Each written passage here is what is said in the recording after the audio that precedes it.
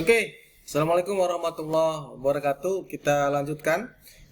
Kemarin kita sudah membahas tentang rumus peta kontrol P, dan hari ini kita akan lanjutkan dengan membahas tuntas soal yang berkaitan dengan peta kontrol NP.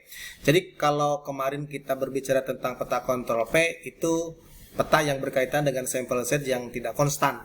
Kalau yang peta kontrol NP ini adalah peta yang berkaitan dengan sampel set yang konstan. Artinya adalah sampel yang digunakan itu sama. Nah, berbeda dengan yang P kemarin, sampelnya itu beda-beda, tidak beraturan. Nah, jadi hari ini kita akan bahas, diawali dulu dengan kita mengenal apa dan bagaimana rumus dari peta kontrol NP. Seperti biasa, sebuah perusahaan tentunya ketika ingin melakukan penetapan SPC, ya Statistical Process Control, itu harus memberikan sebuah batasan-batasan yang sekiranya batasan-batasan tersebut merupakan titik kendali dari sebuah proses yang ada di perusahaan. Nah, kita akan mengenal istilah CL, yaitu center line, dan ada istilah batas UCL atau over center line yang merupakan garis paling tinggi atau garis paling atas. Kemudian ada low center line, yaitu garis paling bawah, batas paling bawah. Nah, dari rumus CL ini ternyata yang membedakannya adalah kalau peta kontrol P maka rumusnya P bar, dan kalau peta kontrol NP maka rumus CL-nya itu NP kali bar. Nah, kemudian untuk UCL ini rumusnya adalah NP bar plus 3SNP. Nah, untuk LCL-nya NP bar min 3SNP. Jadi di sini ada yang membedakan ya. Kalau dulu di istilahnya kita kenal UCL untuk mencari rumus peta kontrol P, ini SP. Nah, 3SP di UCL-nya. Jadi plus 3SP. Kalau di NP plus 3SNP. Nah, kalau di LCL min 3SP untuk di kontrol P, dan untuk di NP LCL-nya itu 3 SNP. Nah, lalu SNP itu sendiri memiliki rumus tertentu ya. Jadi kalau kita lihat rumusnya itu adalah sama dengan akar dari dalam kurung N dikali P, kemudian dalam kurung 1 dikurangi P dalam kurung. Nah, ini adalah rumus yang kita gunakan untuk mencari angka-angka untuk mengisi CL, UCL, LCL di peta kontrol NP. Nah, sekarang kita akan coba yang membahas, mengupas soal dengan sampel size-nya itu, sampel size yang sama. Sampel yang digunakan adalah 10. Nah, ini batnya kita lakukan dari bat 1 sampai dengan bat 5. Dan di sini kita memiliki jumlah kecacatan dari masing-masing bat. Di bat pertama ada 5, bat kedua 4, bat ketiga 3, dan bat keempat 4, dan bat kelima adalah 6. Nah, prinsipnya ketika kita melakukan pengolahan data untuk peta kontrol NP, tentunya kita akan memasukkan kembali nih soal tersebut untuk sampel dan jumlah cacat. Nah, jumlah cacat ini bisa kita terjemahkan, kolomnya itu ditambahkan dengan istilah nama NP. Nah, kemudian di dalam penyelesaian soal peta kontrol NP, kita akan menambahkan kolom untuk mengisi proporsi atau P. Nah, ini pengisian nilai proporsi itu seperti halnya perlakuannya kita di dalam menyelesaikan tugas di peta kontrol P, yaitu dengan kita membagi antara jumlah kecacatan dengan sampelnya. Nah, sehingga nanti akan muncul proporsi P-nya. Nah, begitupun untuk penyelesaian bat 1 dan bat 5 itu akan sama seperti itu. Dan di sini ada yang namanya jumlah. Jumlah yang harus kita isi adalah untuk kolom jumlah cacat NP dan jumlah proporsi dari P. Nah, untuk mengisi jumlah seperti biasa kita digunakan rumus sum dari bat 1 untuk jumlah cacat NP sampai bat 5, sehingga nanti akan muncul jumlahnya itu untuk jumlah cacatnya sebanyak 22.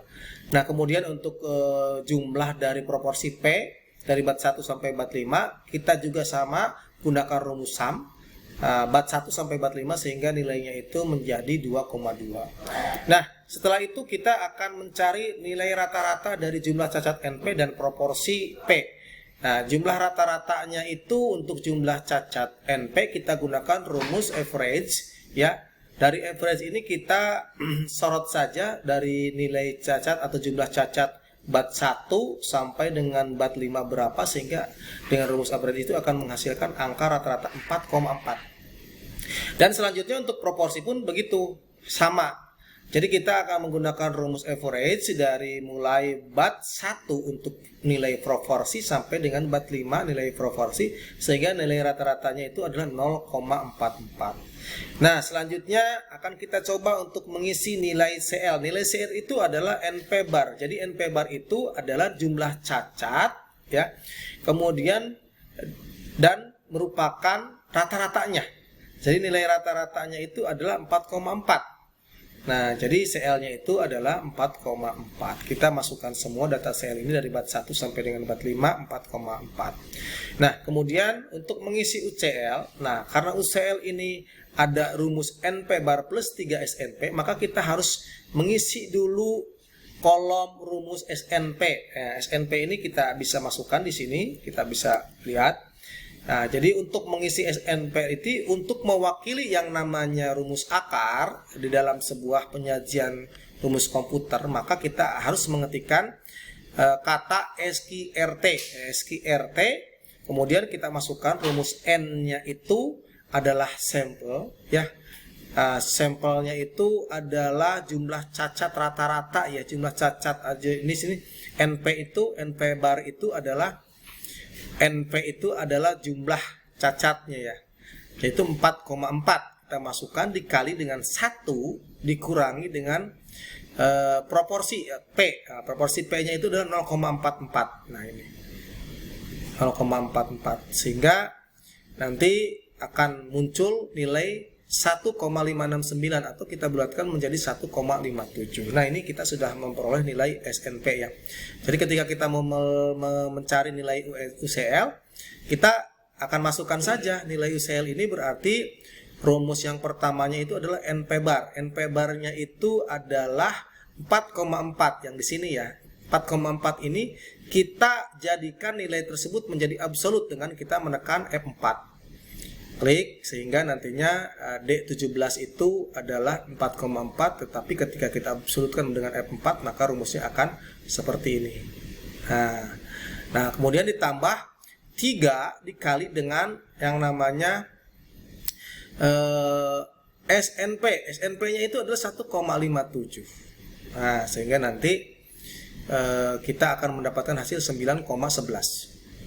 Nah, ini nilai dari UCL. Nah, kita samakan saja.